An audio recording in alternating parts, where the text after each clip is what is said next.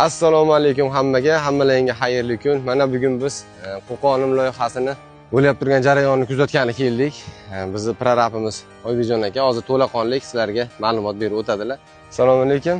Oybijon, sog'lig'ingiz yaxshimi? Salomatmisiz? Charchamayapsizlarmi? Oybijon aka, hozir qaysi jarayonda ketyapmiz va qaysi bosqichga o'tmoqchimiz biz? Bu tarafda armaturlarimizni kesib, kolonnalarga taxlash jarayonida bu tarafda olib borilyapti. Aka, mana fundament qismi asosiy qurilish jarayonining suyagi hisoblanadi. O'shanga qanaqa sifat darajada bo'lyapti bu jarayonlarimiz? Bunga ishlatilgan armatura ancha mustahkam, ancha qalin armaturlar ishlatilyapti bunda. 25lik, 32lik, 28lik baquvvat armaturlar ishlatilyapti. Mana ko'rishlari mumkin. Qachon betonga o'tamiz va qaysi markalarni quyamiz biz beton? Xudo xolasa shu hafta oxirigacha buni betonni olish maqsadimiz bor. Endi markasi 200lik, 350lik markalar ishlatamiz. Mana ikkita boshni kranimiz yetib kelgan.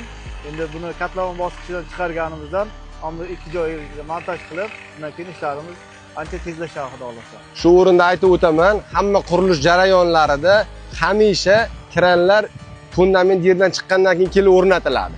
Biz tezlashtirib, buni bu oldindan bir oy zakaz berib, hech qanaqangi arendaga emas, o'zimizni hisobimizdan oldindan perdoplata o'tkazib, kranlarni ham olib jarayonni shakllantirib, faqat tez bitirib topshirish.